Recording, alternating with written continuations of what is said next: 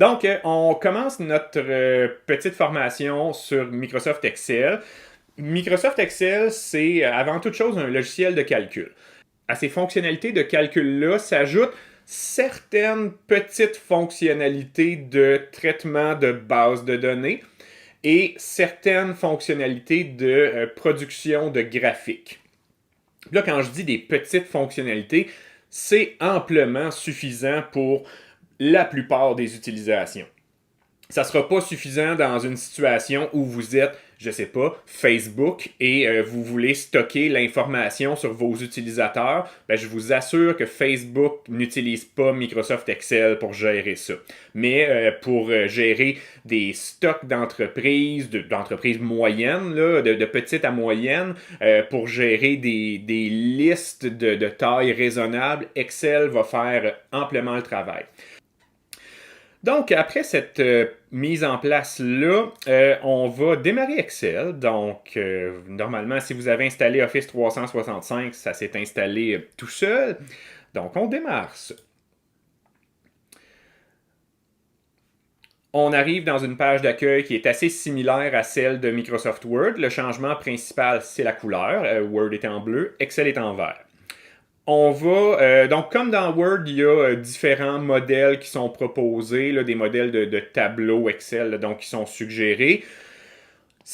L'enjeu avec ces modèles-là, c'est si on ne sait pas ce que Excel est capable de faire, les modèles ne servent pas à grand-chose. Parce que contrairement à Word, qui était relativement intuitif et au pire, on essaye des boutons puis on regarde ce que ça fait, Excel, c'est plus complexe. On ne peut pas vraiment partir sans trop savoir où on s'en va avec Excel. Fait qu'on va se créer un nouveau document, comme ça ici.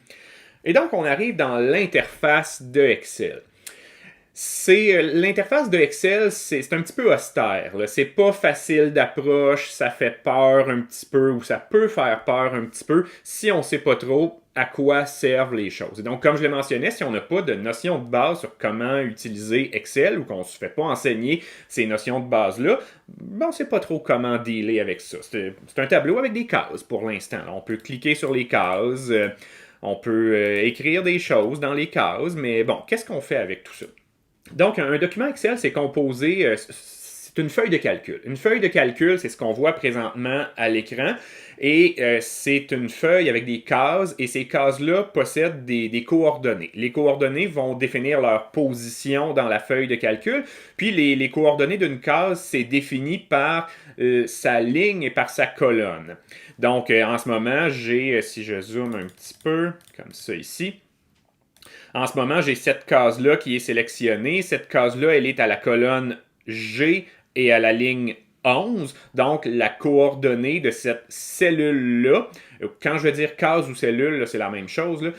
La coordonnée de cette cellule-là sera G11. Donc, on donne la lettre de la colonne suivie du numéro de la ligne.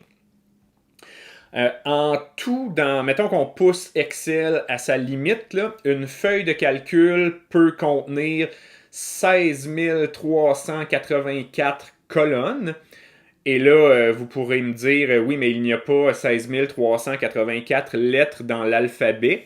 Je serai d'accord avec vous, là, mais une fois que c'est rendu à Z, ça repart à AA, AB, AC, AD, et ainsi de suite. Donc, ça donne d'autres lettres pour les colonnes par la suite. Donc, 16 384 colonnes, ce qui représente 2 à la puissance 14 colonnes. Et 1 48 576 lignes, ce qui représente 2 à la puissance 20 lignes. On n'aura pas de données qui auront cette ampleur-là, mais donc ça vous illustre c'est quoi les capacités d'une feuille de calcul. Ça peut sembler beaucoup, mais ce ne l'est pas. Dans le grand ordre des choses, là, je reviens à l'exemple de Facebook. Imaginez que vous êtes propriétaire de Facebook et vous avez des données sur chacun de vos utilisateurs, puis mettons... chaque colonne de votre document représente une caractéristique des utilisateurs, âge, ville, et ainsi de suite, là. Et chaque ligne représente un utilisateur, donc utilisateur 1, utilisateur 2, utilisateur 3, et ainsi de suite. ben, Facebook a plus que 1 48 576 utilisateurs, donc ça ne fitterait pas dans une feuille Excel. Maintenant qu'on a saisi l'organisation d'une feuille de calcul, on va commencer à écrire des choses dans des feuilles de calcul. Fait que je me positionne au hasard. Là, de toute façon, je vais tout effacer ça dans quelques minutes. Là, mais on peut écrire dans les feuilles de calcul. Je peux écrire A. Puis après ça, pour me déplacer dans les cases de la feuille de calcul, j'ai plusieurs options. Là, évidemment, je peux cliquer dans la case d'à côté ou dans n'importe quelle autre case. Donc, je viens ici, j'écris B. Mais on peut être plus efficace puis rester au clavier sans nécessairement là, aller à la souris sans arrêt. Donc, si on veut aller à la case d'après horizontalement, on peut utiliser le bouton de tabulation. Donc, le tab sur le clavier, j'appuie sur le tab, ça m'amène à la case d'après, je peux écrire quelque chose. On peut donc aller continuer comme ça horizontalement en utilisant le tab. Si on appuie sur Enter, ça va nous changer de ligne, mais nous changer de ligne intelligemment, là, selon ce que Excel pense qu'on veut faire. Comme là, puis des fois Excel est un petit peu imprévisible, mais là, j'imagine que si j'appuie sur Enter, ça va m'amener en dessous du B. Parce que Excel considère que c'est là que ma ligne commence. Donc, si j'appuie sur Enter, moi, mon guess, ce serait que Excel me ramène en dessous du B.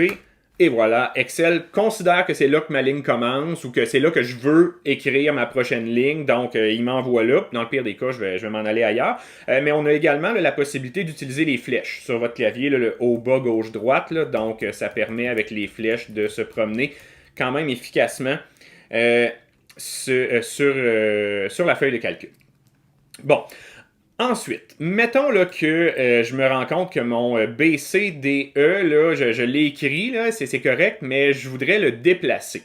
Ce qu'on peut faire pour déplacer des cellules, on peut sélectionner un ensemble de cellules. Puis là, je prends les 4, mais je pourrais en prendre 3, je pourrais en prendre 2 ou je pourrais en prendre une seule. Le déplacement se gère de la même façon. Je sélectionne mes 4 cellules. Puis là, regardez le curseur. Le curseur, en ce moment, c'est une croix blanche. Si je m'approche de la bordure de la sélection, à un moment donné, le curseur change et devient une croix avec 4 flèches. Puis si je me rends un petit peu plus loin, il redevient la croix blanche. Là, moi, ce qui m'intéresse, c'est le moment où c'est une croix avec 4 flèches. Si je clique et je glisse ma sélection, regardez ce qui se passe. Je clique et là, j'amène ma sélection ailleurs. Ça vient déplacer ma sélection là, à une autre position dans la feuille de calcul. Donc, ça marche là, sur toutes les bordures de la sélection. Là, je l'avais fait par le bas, mais on peut le faire par le haut. Là, aussitôt qu'on a le curseur avec les 4 flèches, on peut déplacer notre sélection. Ça fonctionne aussi par le côté. Donc, vous voyez, on peut déplacer ça comme ça. On peut également faire une copie de notre sélection. Et là, ça fonctionne selon le même principe, c'est-à-dire qu'on va utiliser l'outil de déplacement, mais la particularité, c'est qu'on va appuyer pendant qu'on déplace, en fait, quand on clique pour le déplacement, on va appuyer en même temps sur la touche contrôle de notre clavier. Donc, qui devrait se trouver là, à quelque part à côté de votre barre d'espacement. Donc, j'appuie sur le contrôle, je clique pour déplacer. Là, c'est la même interface que tout à l'heure. Ça m'indique que ça déplace ma sélection. Mais si je relâche le clic, ça vient m'en créer une copie. Donc, c'est un déplacement et qui est également une copie. Pour les gens qui sont sur Mac, c'est la touche Alt ou Option là, qui va faire l'équivalent du contrôle, parce qu'un contrôle sur Mac, ça fait un clic droit. Mais donc, ça va être la touche Alt ou Option qui va avoir cette fonctionnalité-là là, pour déplacer et copier. Une autre particularité importante qui peut être un petit peu déstabilisante, c'est comment effacer du contenu. Imaginons que je viens sélectionner, donc je clique sur une cellule quelconque, là, ici, puis je sélectionne tout mon contenu ici. Si je faisais ça dans Word, que je venais sélectionner du contenu textuel et que j'appuyais sur le backspace, là, la touche d'effacement sur mon clavier, ça va m'effacer tout ce que j'ai sélectionné. Ça, c'est le comportement de Word. Excel, non. Si j'appuie, puis là, ça s'adresse aux gens sur Windows. Les gens sur Mac, si vous appuyez sur la touche pour effacer, ça va effacer. Les gens sur Windows, si vous appuyez à ce moment-là sur la touche pour effacer, regardez, là, je vais le faire devant vous. J'appuie sur la touche pour effacer. Ça n'efface pas grand-chose. Si on regarde là, la différence, là, ça, je vais resélectionner. En fait, je vais faire quelque chose. Regardez, là, ici, je vais écrire Allô. Comme ça. Et vous allez voir. Je viens sélectionner toutes mes données en commençant par sélectionner la case Allô. J'appuie sur la touche pour effacer. Puis là, regardez ce qui se passe. Ça efface le Allô, mais pas le reste. Donc, la touche pour effacer efface seulement la case qu'on vient de sélectionner, à partir de laquelle on a fait la sélection. On recommence avec le Allô. Je refais ma sélection. Pour tout effacer sur Windows, parce que sur Mac, ça marche. Pour tout effacer sur Windows, on va plutôt utiliser la touche Delete sur le clavier. Donc, j'appuie sur la touche Delete et là, regardez, ben là, tout s'efface. Donc, c'est une petite particularité là, juste pour effacer des choses. Là, quand je vous disais que Excel, pas qu'il est capricieux, là, mais qu'il a son mode de fonctionnement qui lui est propre, qui diffère un petit peu des autres applications de Office, puis qui peut déstabiliser, là, ça en est un bon exemple. Là, on peut chercher longtemps comment effacer nos cases.